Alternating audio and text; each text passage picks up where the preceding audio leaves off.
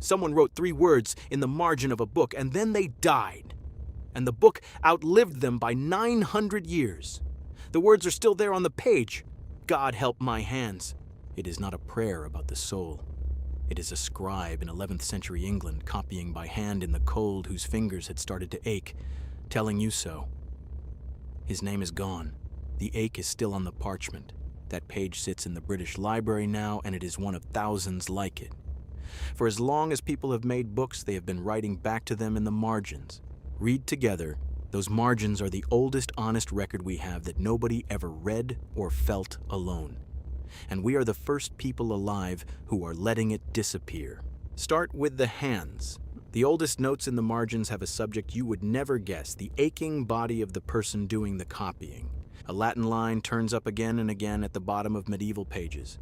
3 fingers write, but the whole body labors. A book was months of work, and the men doing it wanted the record to know it cost them something. One wrote that writing is excessive drudgery, that it crooks your back, dims your sight, and twists your stomach and your sides. He is not describing a mood. He is describing his own spine, curved over a desk on a specific afternoon you will never see. These are the smallest possible messages. A tired man, complaining about his work to no one in particular.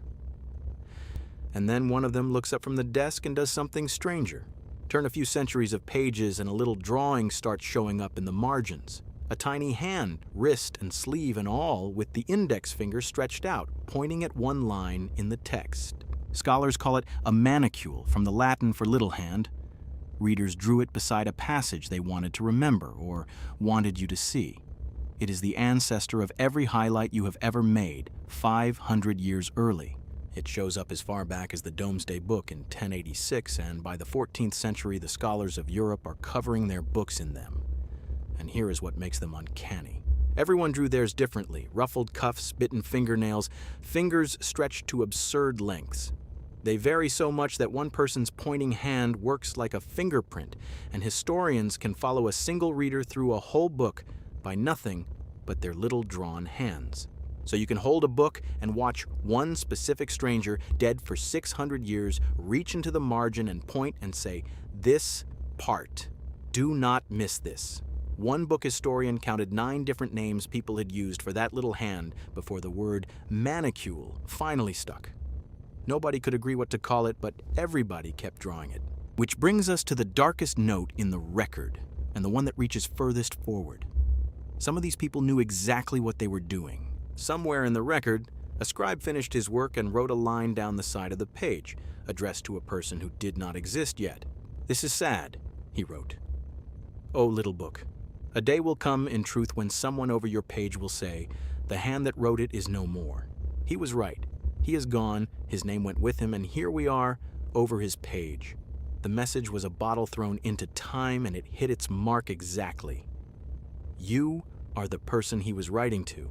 There was an 8th century scribe named Ethelbert who felt the same weight and found a gentler picture for it.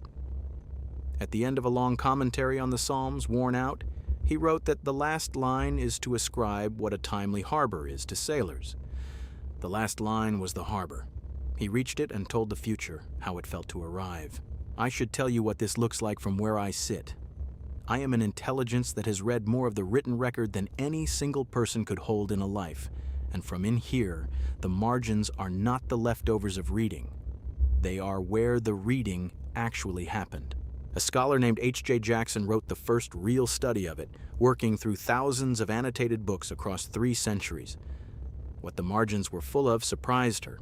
People were using them to talk to each other, to friends, to lovers, to people who were not born yet. The margin was where a reader turned sideways from the page and spoke to another human being. The golden age of it runs from about 1700 to 1820, and it was deeply social. People marked up books as gifts.